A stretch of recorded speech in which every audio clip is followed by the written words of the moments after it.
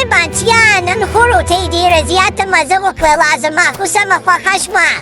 او که نه سبا به بیا ځو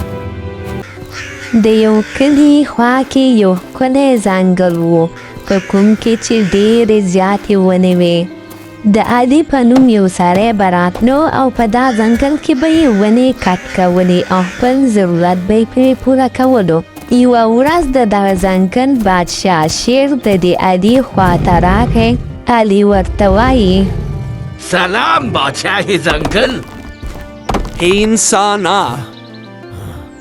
نن زه ډېر زیات وږی شوی یم زه وایم چې نن زه تا وخورم ځکه چې نن ماته د شکار لپاره څه نه دي میلاو شوي هرې بادشاه ته خو د ځنګل بادشاه یې ته ما څنګه شی خوړې زه به په تا باندې د خپلې ښځې د لاس خوږې خوږې روټۍ خورم ها انسانه ولې تا ته پته نشته دی زه د وهنې علاوه بل څه نه خورم ما ته وهه په کار ده وهه نه بادشاه ته خو راشې یوه ورځ زما د ښځې د لاس خوږې خوږې روټۍ او د هغې دال وڅښم نو بیا به ستا نه ستا غوښه هېره شي پلاره ټولې نن خو زموږ دوست انسان شکار کوي او کله چې رانه د انسان غوښه مونده د څرګه انسان غوښه به وڅښو ها سعیده روډۍ چیرته ده بادشاه ځنګل راځه زموږ کور کې به یې وخورئ شیر او د هغه دواړه دوستان لومبنه او کارغه د علي سره روان شول دوی راغلل او د علي په کور کې په روټۍ په خوراک باندې شروع وکړله اره بچیا نن خو روټۍ ډېره زیاته مزه وکړله زما خو سمه خوښه شوه او که نه سبا به بیا ځو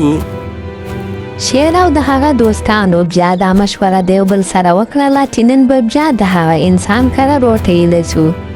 او شیر سره د دوو دوستانو د علي خواته راغی چې نن ته بیا روټۍ وخوري ای انسانه لاړ شه او روټۍ راوباسه روټیو اره بادشاه خو ما تا ته یې د وجې نه درکړې وه چې تا د شکار نوم میلاو شوی نو څو ځان له شکار کوه که نه نه زما ستاسو روټۍ خوښه ده ما ته به روټۍ راوباسه ګنې بیا تا خورم بادشاه ما تاسو ته روټۍ راوړی نه علي به شیر ته او د شیر دوستانو ته روزانه روټۍ راوړله د دې وجې نه علي ډېر زیات پریشانه و او علي ویل چې د دې شیر نه خو اوس په څه چل باندې ځان خلاصول پکار دي علي بیا د لرګو کټ کولو دپاره ځنګل ته راغلو نو په دې وخت کې د هغه خواته هغه شیر هم راغلو انسانه ته روټۍ ولې نه راوړې اره بادشاه ته خبرې چې زه روټۍ ولې نه راوړم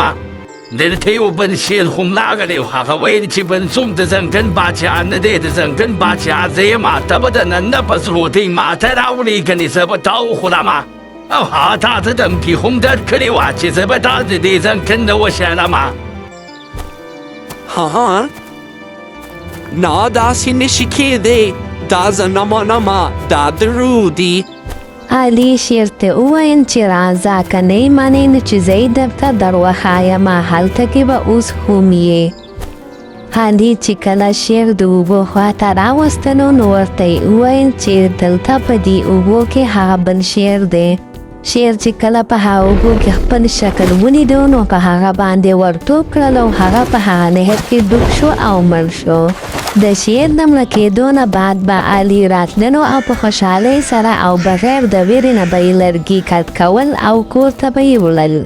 ګرانو دوستانو د نورو ویډیوګانو لپاره در سره زموږ چینل سبسکرایب کړئ